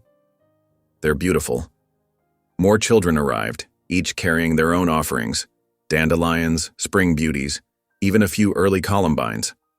By the time lessons began, Nicole's table held a rainbow of wildflowers in an old mason jar. Their sweet scent filled the air as she led the children through their letters and numbers. Through the window, she caught glimpses of Sam working in the yard. Each time he passed, his eyes found hers, checking, protecting. The memory of his fierce defense against the mob still warmed her heart. When lessons ended, the children lingered longer than usual, sharing stories of what she'd missed during her illness. Their chatter filled the cabin with life, drawing genuine smiles from Nicole. Even Sam, returning to fill his canteen, seemed lighter in their presence. As the afternoon shadows lengthened, Annaba appeared in the doorway. The Ute woman carried a bundle wrapped in soft leather, her dark eyes warm with greeting. "Sister," she said, using the English word with careful pronunciation, "you are looking stronger." Nicole welcomed her inside, offering tea made from the herbs Annaba herself had provided during her fever. They sat together, while the last children gathered their things and headed home. "I bring gift," Annaba said, unwrapping the leather bundle. "For a wedding that comes." Inside lay a shawl of incredible beauty, soft wool dyed in earth tones and woven with intricate patterns. Nicole gasped as Annaba draped it around her shoulders. "Traditional design," Annaba explained, adjusting the folds. "For protection, for blessing. You are family now." Tears pricked Nicole's eyes as she touched the delicate weaving. "Thank you, sister. I don't deserve such a gift." Annaba's weathered hands clasped Nicole's pale ones. "You survive. You heal. You teach children. You deserve much." She glanced meaningfully at Sam through the window. "You heal him too." The women shared knowing smiles, their bond transcending the differences between their worlds. When Annaba left, Nicole wore the shawl proudly, its weight like an embrace around her shoulders. As evening approached, Sam suggested they check the spring before dark. Nicole wrapped Annaba's shawl more tightly around herself and fell into step beside him. The familiar path wound through scrub oak and pine, their boots crunching on fallen needles. The spring bubbled up from between rocks, clear and cold. While Sam checked the flow and cleared debris, Nicole sat on a fallen log, watching the last sunlight paint the mountains gold. The peaceful moment seemed to invite confidence. "Been meaning to tell you something," Sam said quietly, settling beside her. His large hands worked at a piece of bark, nervous energy finding outlet. "About Sarah, my first wife." Nicole held very still, hardly daring to breathe. Sam had never spoken of Sarah beyond the bare fact of her death in childbirth. "She was so young," he continued, voice rough with memory. "Barely 20. Wanted baby something fierce. When she got with child, she was happier than I'd ever seen her. He swallowed hard. Then the bleeding started. Nothing we could do. Doctor was 3 days ride away. Oh, Sam. Nicole's hand found his, stilling his restless fingers. I've never felt so useless. The words came faster now, as if a dam had broken. Watched her slip away, couldn't save her or the baby. Prayed till my throat was raw, but God didn't answer. After that, He shook his head. Couldn't face him anymore. Nicole leaned closer, letting her shoulder press against his arm. He heard you, Sam. Even when you couldn't hear him back. He led me to your door that night, didn't he? Through all that snow? Sam's fingers tightened around hers. Reckon he did at that. His voice softened. When you took sick, thought history was repeating itself. Couldn't bear to lose another wife that way. But you didn't, Nicole reminded him gently. I'm still here. And I believe Sarah is watching over you, grateful you found love again. They sat in comfortable silence as darkness crept through the trees. Finally, Sam stood, pulling Nicole to her feet. Their hands remained linked as they walked back to the cabin, each step feeling like coming home. The peaceful moment shattered when they spotted a rider approaching through the twilight. Sam's posture stiffened, but it was only young Tommy from the telegraph office waving a yellow envelope. Important message, Mr. Crane, the boy called, dismounting. Marked urgent from the railroad office. Sam took the telegram, his face growing grave as he read. Nicole waited, heart pounding, until he handed it to her with hands that weren't quite steady. The message was brief but clear. The railroad board would meet in 3 days to make their final decision about Sam's land claim. Their marriage status and homestead validity would determine everything. 3 days, Nicole whispered, looking up at Sam. So soon? He nodded grimly. Reckon they're tired of waiting. His jaw clenched. If they rule against us, they won't, Nicole said with more confidence than she felt. We've built something real here. They'll see that. Sam's arms came around her, strong and sure. Aye, we have it that. He pressed a kiss to her temple. Whatever comes, we face it together. Inside the cabin, the telegram lay on the table like a challenge. Nicole busied herself preparing supper, but her hands shook slightly as she worked. Sam built up the fire, his movements deliberate, controlled. The pressure of waiting hung heavy in the air between them. Everything they'd built, their home, their future, their chance at happiness, balanced on the decision of strangers who knew nothing of their journey. But as Nicole served their simple meal, she caught Sam watching her with such tenderness that her fears eased slightly. They had overcome so much already. Surely God wouldn't bring them this far only to see them fail now.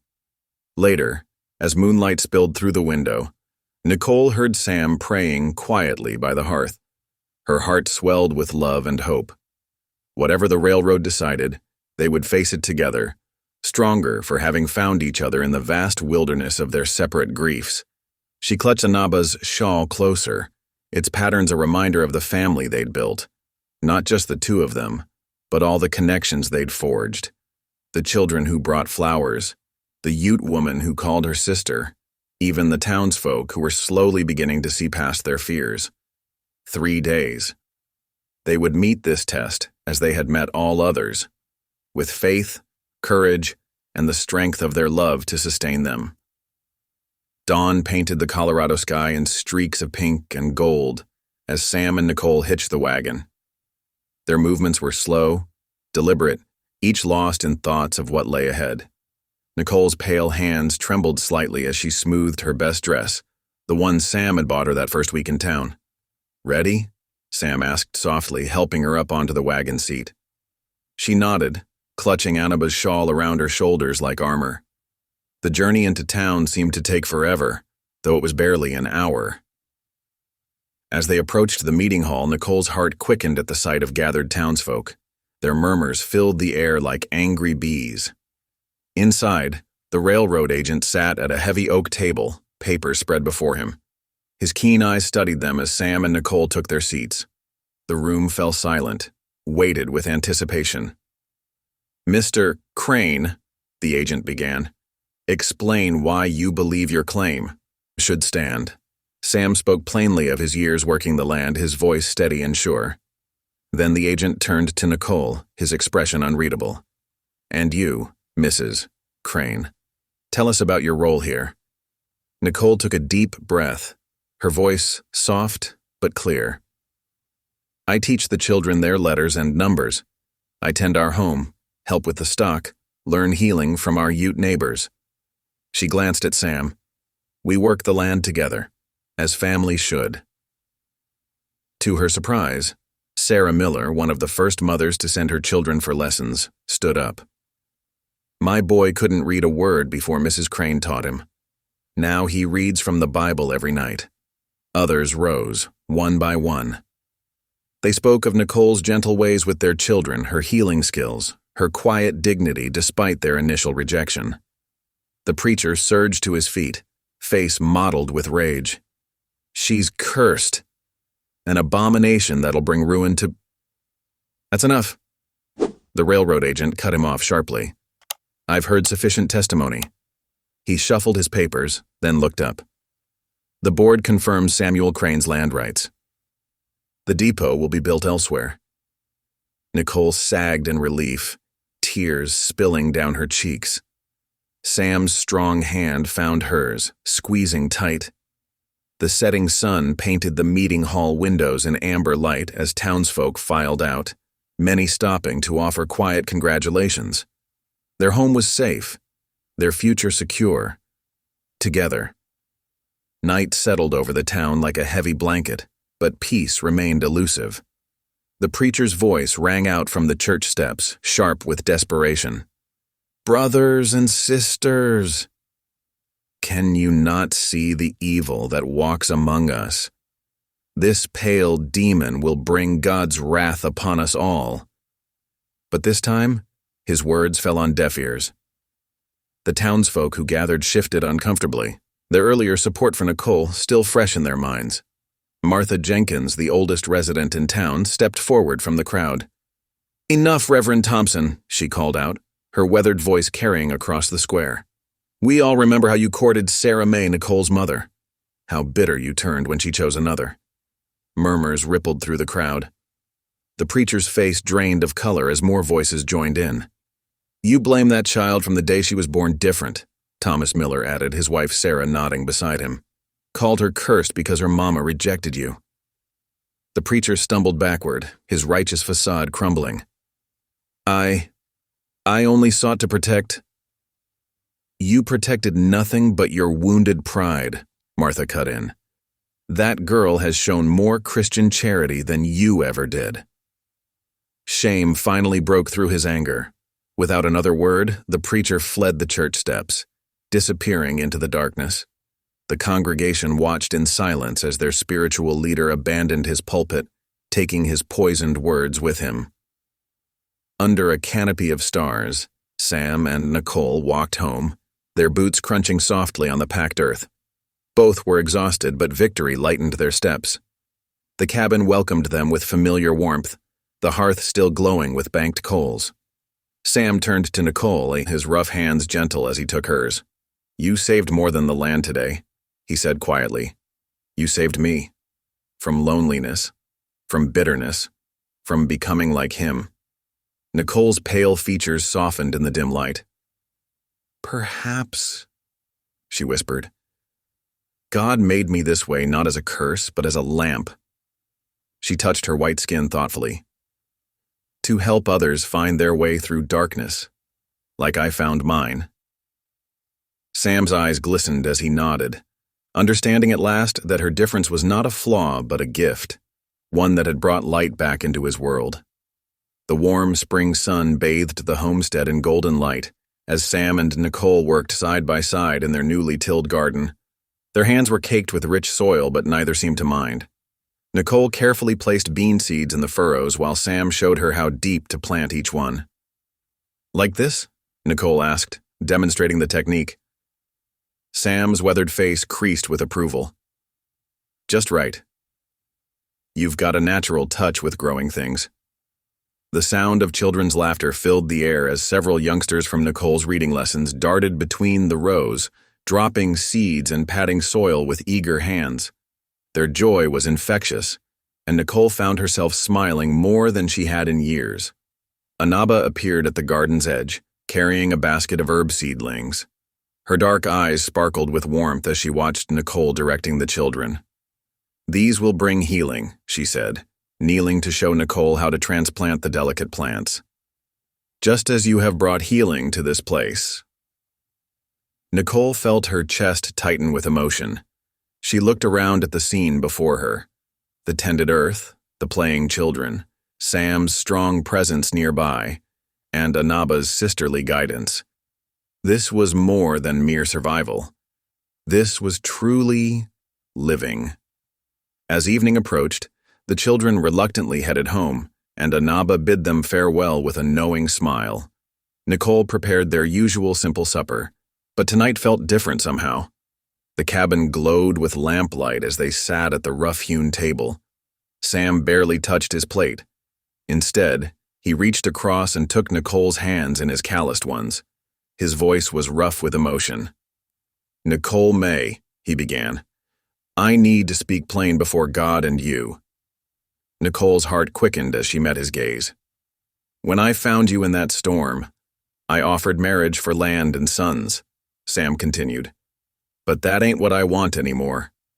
He squeezed her hands gently. "I want you as my true wife. Not for the railroad, not for children, but because you've brought light back to this home and to my heart." Tears sparkled in Nicole's pale eyes, catching the lamplight like diamonds. "Sam Crane," she whispered, "you saved my life that day. But here, with you, I've found so much more than just living." Sam stood, drawing Nicole to her feet. Before the warmth of their hearth, he pulled her close. Their first kiss was tender and true, blessed by the flickering lamplight and the sacred silence of their home.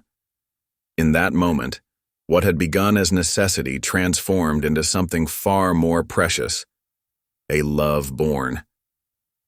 Of shared struggles and growing trust sealed with a promise that went beyond mere words. The late May sunshine bathed the homestead in golden light as life flourished around the cabin. Tender green shoots pushed through the rich earth of their garden, promising summer bounty. In the nearby paddock, the mule dozed contentedly while chickens scratched and clucked beneath the weathered fence rails. Sam's steady rhythm of axe strikes echoed across the yard as he split logs for the cooking fire. His shirt sleeves were rolled up, showing arms tanned by honest work. Every so often, he would pause, resting the axe handle against his leg, to watch Nicole on the porch with quiet pride. Her clear voice carried on the mountain breeze as she guided her students through their letters. "Now, what sound does th make together?" she asked, pointing to chalk marks on her wooden slate. A chorus of young voices answered eagerly, their faces bright with understanding. Nicole's pale skin no longer drew fearful stares. Instead, the children clustered around her like eager chicks, soaking up knowledge and affection in equal measure. The railroad tracks gleamed in the distance, a silver ribbon cutting through the valley. But they no longer represented a threat. Instead, they brought occasional visitors and trade, enriching rather than endangering the life Sam and Nicole had built together. As evening approached, the children scattered homeward, their farewell calls echoing in the clean mountain air. Sam and Nicole settled on the porch steps, shoulders touching, to watch the sun sink behind the western peaks. The spring air carried the sweet scent of wild roses and fresh-cut wood. Nicole's sewing lay forgotten in her lap, as golden light painted the slopes in breathtaking hues of amber and rose. Sam's arm settled around her shoulders, strong and secure. The silence between them was comfortable, built on months of shared work and growing love. "Reckon God has his own ways of answering prayers," Sam murmured, his voice rough with emotion. He gazed out at their flourishing homestead, then down at Nicole's bright head resting against his shoulder. "I thought I needed blonde sons, and you needed shelter, but he gave us something greater. He gave us each other. Nicole's fingers found Sam's calloused hand, squeezing gently. Peace filled her heart as she looked out over the land that had become their home. The mountains that had once seemed so harsh and unforgiving now stood like guardians around their valley, protecting the precious life they had built together. The last rays of sunlight gilded the peaks as twilight settled softly over their land. In that moment, Nicole knew with bone-deep certainty that she had found not just shelter but belonging, not just survival, but life abundant. God had indeed given them something far greater than either had dared to hope for, a family born not of blood, but of faith and love. Thank you for listening. Stories connect us in the most unexpected ways. If you felt that spark today, make sure you're subscribed. I share a new one daily, and the next might change your day.